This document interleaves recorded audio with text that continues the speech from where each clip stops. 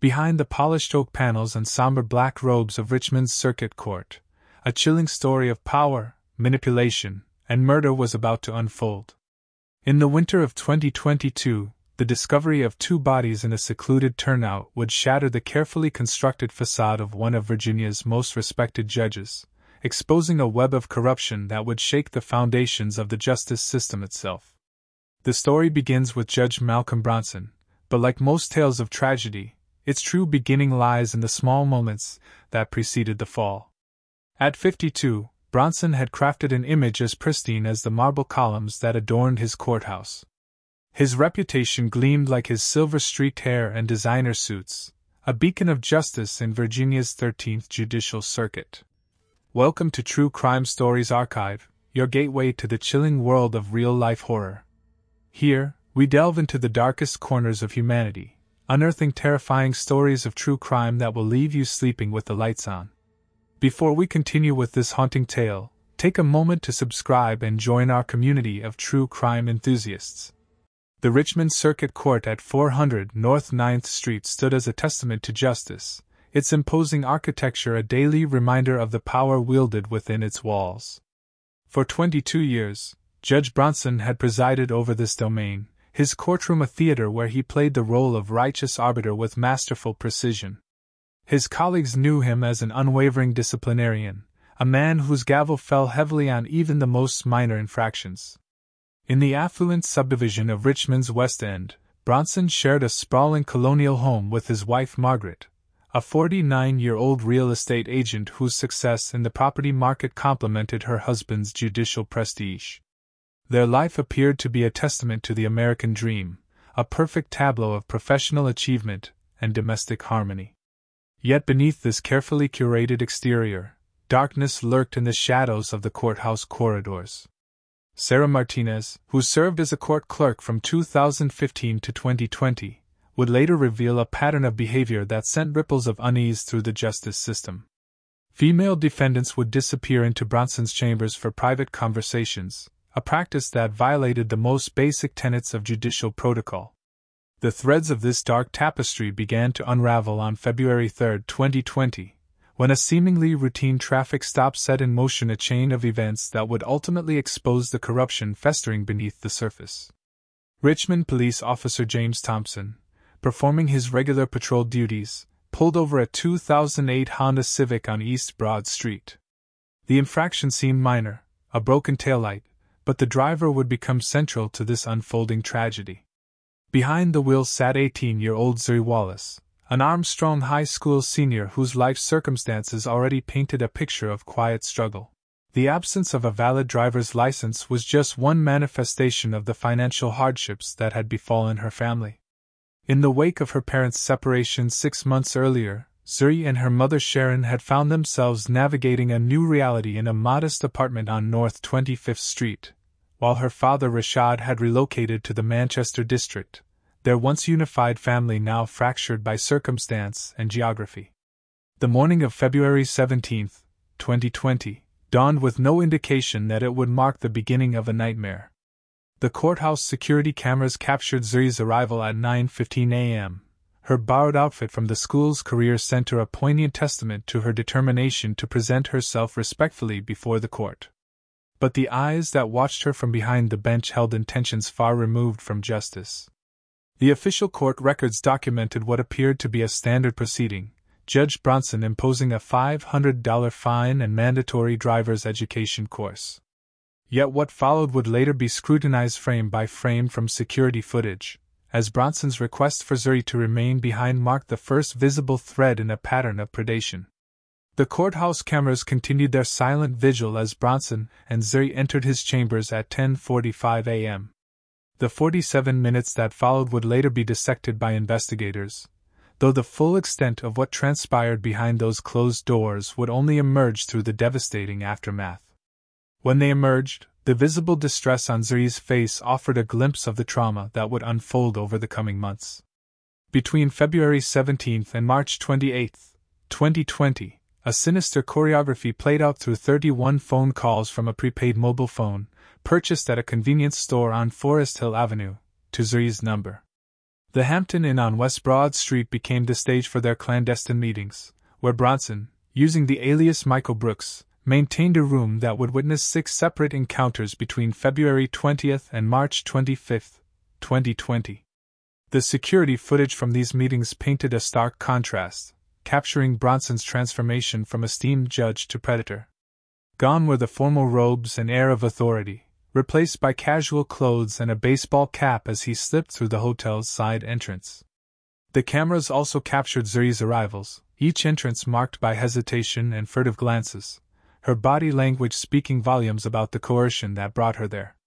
During this period, the cracks in Bronson's carefully maintained facade began to show through subtle changes in his courthouse demeanor. Court reporter Daniel Chen's personal logs detailed an increasing agitation in the judge's behavior, particularly evident when young female defendants stood before his bench.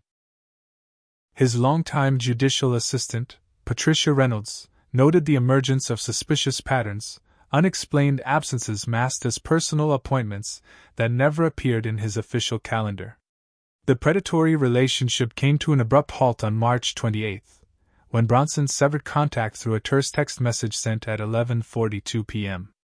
The weight of his words, demanding silence and threatening complete severance, carried an even more sinister significance than he realized, for Zuri was already 4 weeks pregnant. The night was marked by desperation, with 3 unanswered calls from Zuri's phone between midnight and 1:15 a.m. The hotel's security cameras captured her solitary vigil in the parking lot, a 2-hour wait in vain as Bronson never appeared. April 2020 brought a devastating confirmation of what Zuri had begun to suspect. The sterile walls of Richmond Community Health Center witnessed her first prenatal visit on April 15, where Dr. Elena Rodriguez documented the pregnancy at approximately 6 weeks. The intake forms bore silent testimony to her fear and isolation, the father's information deliberately left blank under unknown/prefer not to dismiss. The financial strain of her situation began to manifest in desperate measures. While her mother Sharon, unaware of the true circumstances, withdrew $2,300 from her retirement account to support their household, Zuri quietly began selling her personal possessions through online platforms. Her secret fund, hidden in a shoebox beneath her bed, grew to $1,200, a pitiful sum against the mounting medical expenses that loomed ahead. The arrival of Malik Wallace on December 12, 2020, at VCU Medical Center marked both a beginning and a continuation of the tragedy. The birth certificate's blank spaces spoke volumes about the secrets and lies that surrounded his entry into the world. Sharon Wallace sacrificed her income to care for her grandson, taking unpaid leave from her insurance agency position, while Rashad Wallace increased his child support payments, either grandparent yet aware of the true identity of Malik's father. Throughout 2021, Zuri navigated the challenging waters of motherhood while attempting to continue her education at J. Sargent Reynolds Community College. The virtual learning environment became both a blessing and a curse, allowing her to attend classes online but revealing the struggles of her situation through unmuted moments when Malik's cries penetrated the digital silence. Her professor's notes painted a picture of a student fighting against overwhelming odds, with sporadic attendance and frequent camera-off participation marking her academic journey. The careful construction of secrets began to crumble in early 2022, when fate orchestrated a chance encounter at a local Kroger's grocery store. The security footage captured a moment of raw panic as Judge Bronson, confronted with the living evidence of his transgression, abandoned his shopping cart and fled at the sight of Malik in a shopping cart. This incident sparked a methodical investigation by Rashad Wallace, who began piecing together the timeline of his daughter's court appearance and his grandson's birth date in a detailed spreadsheet. The tension escalated on March 15, 2022, when Rashad Wallace orchestrated a confrontation through official channels, requesting a meeting with Judge Bronson under the pretense of discussing a prior case disposition. The courthouse visitor logs documented his arrival at 2:30 p.m., carrying a hidden audio recorder purchased the previous day. The 15-minute conversation, later recovered by investigators, captured Bronson's attempt to maintain his judicial demeanor while deflecting questions about Zuri's case, claiming the impossibility of remembering one traffic violation among hundreds. However, cell phone tower data would later reveal the immediate aftermath of this meeting, as Bronson made 3 urgent calls to his attorney from the courthouse parking garage, his carefully constructed world beginning to show its first visible cracks. The investigation intensified as Rashad withdrew $5,000 from his 401k to hire private investigator Kevin Morris, whose surveillance operations from April to June 2022 uncovered Bronson's continued pattern of predatory behavior at the Hampton Inn, now with different young women. The pressure of maintaining this devastating secret began to manifest in Zuri's behavior.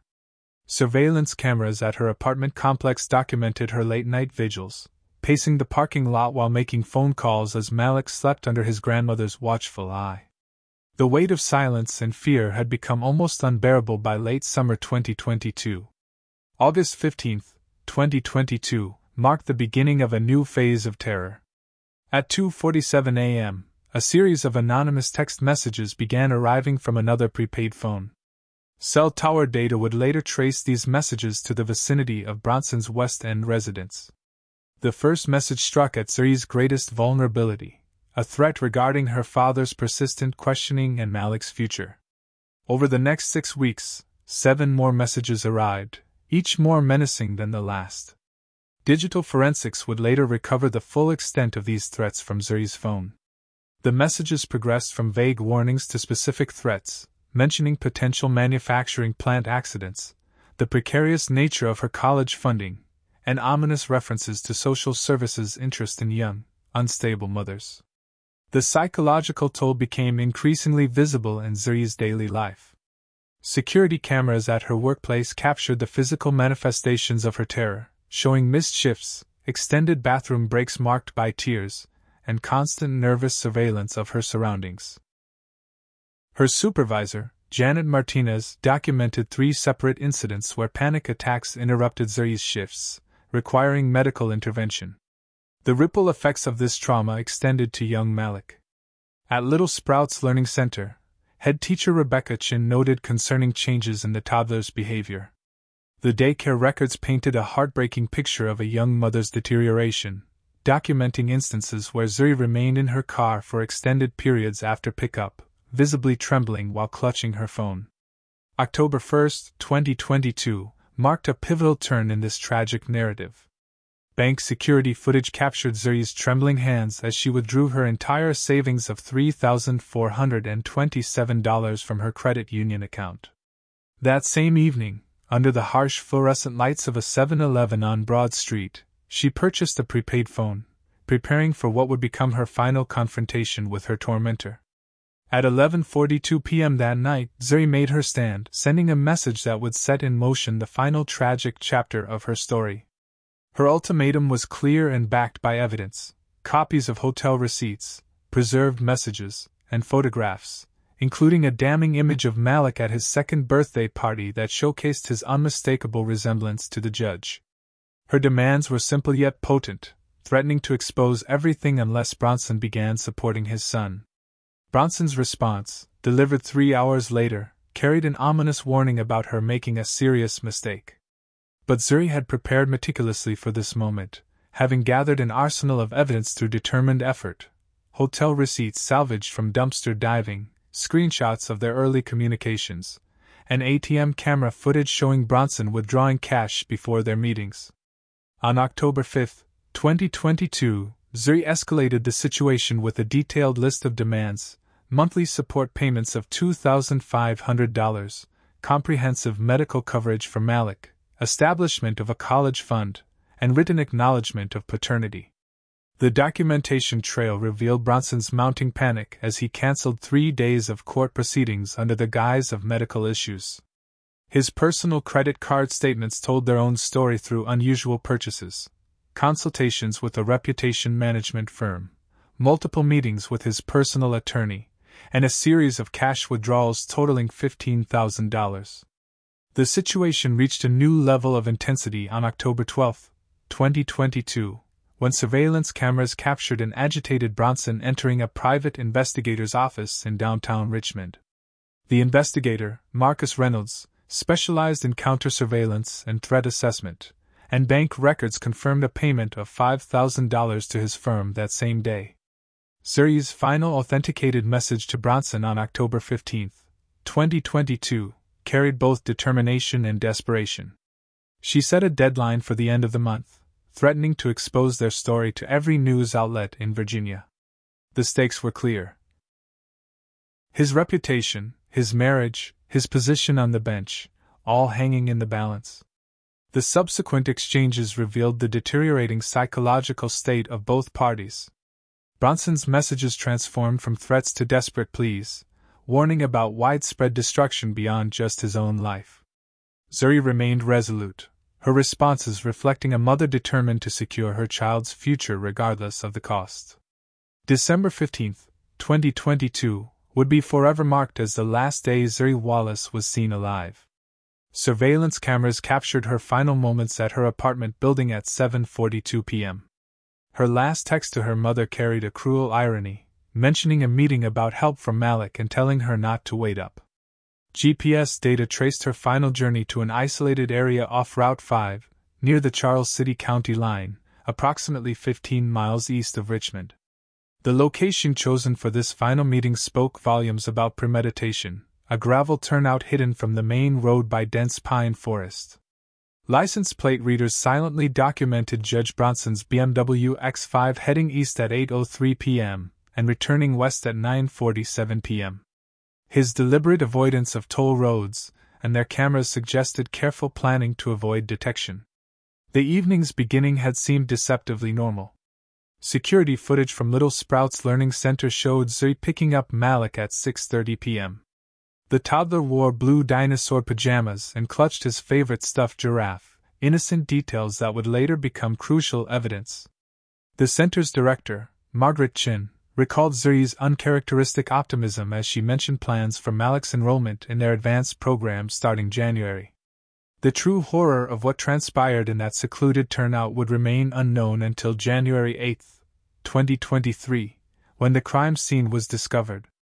FBI forensic reports painted a picture of desperate struggle through physical evidence: Zuri's broken fingernails containing Bronson's DNA, tire tracks matching his BMW's unique wear pattern marking hasty acceleration, and Malik's stuffed giraffe, stained with both victims' blood, found 30 feet from their bodies. The medical examiner's findings revealed the heartbreaking sequence of events. Malik's death was determined to be by asphyxiation, the young child likely witnessing his mother's murder before his own life was taken. The estimated time of death fell between 8:30 and 9:15 p.m. on that cold December evening. The grim discovery came on January 8, when local hiker Michael Thompson stumbled upon what he initially mistook for discarded mannequins. His 911 call at 10:17 a.m. maintained an eerie composure, as he described finding two bodies partially covered with branches on the old logging trail, approximately a quarter-mile from the turnout. The Richmond Police Department's response was swift and comprehensive, establishing a half-mile perimeter within 22 minutes. Lead investigator Detective Sarah Rodriguez immediately recognized the calculated nature of the crime scene, noting how the bodies were positioned to be hidden from immediate view while ensuring their eventual discovery through natural processes. The identification process brought its own trauma. Sharon Wallace's collapse during the viewing of photographs of her daughter's and grandson's clothing and personal effects required medical intervention. Rashad Wallace's immediate response was to contact his private investigator, Kevin Morris, whose months of surveillance data became crucial evidence in the investigation. Bronson's attempts to establish an alibi revealed both calculation and desperation. Credit card records showed him creating a paper trail, a gas purchase near his home at 7:15 p.m., followed by takeout from a local restaurant at 10:30 p.m. Security footage captured him alone at both locations, still in his business attire with no visible signs of struggle. However, microscopic evidence told a different story, as fiber analysis matched blue threads found under his car's front seat to Malik's dinosaur pajamas. The FBI's evidence response team's 5-day processing of the scene yielded over 300 pieces of evidence. Among the most damning were a partial fingerprint on Malik's sippy cup matching Bronson's left index finger, and DNA evidence under Zuri's fingernails providing a 1 in 1 billion match to the judge. The turnout where the murders occurred transformed into an impromptu memorial site, with local residents leaving flowers, stuffed animals, and notes of condolence. Among these tributes, a seemingly anonymous envelope appeared, captured on a mourner's cell phone video, containing a printed email exchange between Bronson and his attorney discussing permanent solutions to temporary problems. This evidence was quickly secured by investigators, adding another layer to the mounting case. The official investigation launched on January 9, 2023, with the Richmond Police Department's Major Crimes Unit taking the lead. Detective Sarah Rodriguez and FBI Special Agent Marcus Chin established a multi-jurisdictional task force, operating from a command center at RPD headquarters on Grace Street. The first formal interview with Judge Bronson on January 10, 2023, revealed a man still attempting to maintain control. His carefully measured responses during the 9 a.m. interview portrayed the case as merely one of hundreds he presided over, denying any contact with Zuri beyond her traffic violation appearance in 2020. However, digital forensics dismantled his denials. The FBI's cellular analysis survey team provided irrefutable evidence of Bronson's movements on December 15, 2022, with cell tower data placing his phone at the crime scene between 8:15 p.m. and 9:30 p.m., directly contradicting his alibi of being home that evening. A crucial breakthrough came on January 12, 2023, when the Virginia Department of Forensic Science completed a rush DNA analysis. The results were devastating, a 99.9999% probability of Bronson's paternity of Malik. This revelation prompted an emergency meeting of the Virginia Judicial Inquiry and Review Commission. The DNA evidence continued to mount. Epithelial cells from under Zuri's fingernails matched Bronson's profile, blood traces on his car's floor mat matched both victims, and touch DNA on Malik's sippy cup provided another link to the judge. Additionally, cell phone triangulation and recovered text messages further cemented the connection between predator and victims. The execution of a search warrant at Bronson's residence on January 18, 2023, uncovered a hidden safe that held damning evidence. Inside, investigators found the prepaid phone used to threaten Zuri, $25,000 in cash bundled with bands from his recent bank withdrawals, surveillance photos of Zuri and Malik, and medical records obtained through unauthorized access to hospital systems. A critical breakthrough emerged on January 20 when crime scene technicians processed Bronson's BMW X5. Behind the spare tire, they discovered a small gold bracelet engraved with Malik, a Christmas gift from Sharon Wallace to her grandson. The bracelet bore both victims' DNA and showed signs of violent removal, with torn clasps and embedded fabric fibers telling the story of its last moments. During his second interview on January 21, Bronson's composed facade finally cracked. Confronted with the overwhelming physical evidence, his final statement before invoking his right to silence revealed the calculated nature of his actions, expressing concern only for his reputation and 22-year career rather than his victims. The Richmond Commonwealth's attorney presented the case to a special grand jury on January 23, 2023.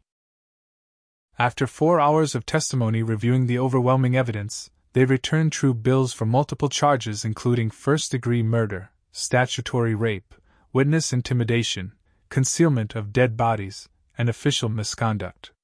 FBI agents executed the arrest warrant at 6:15 a.m. on January 24, 2023, finding Bronson methodically destroying evidence in his study.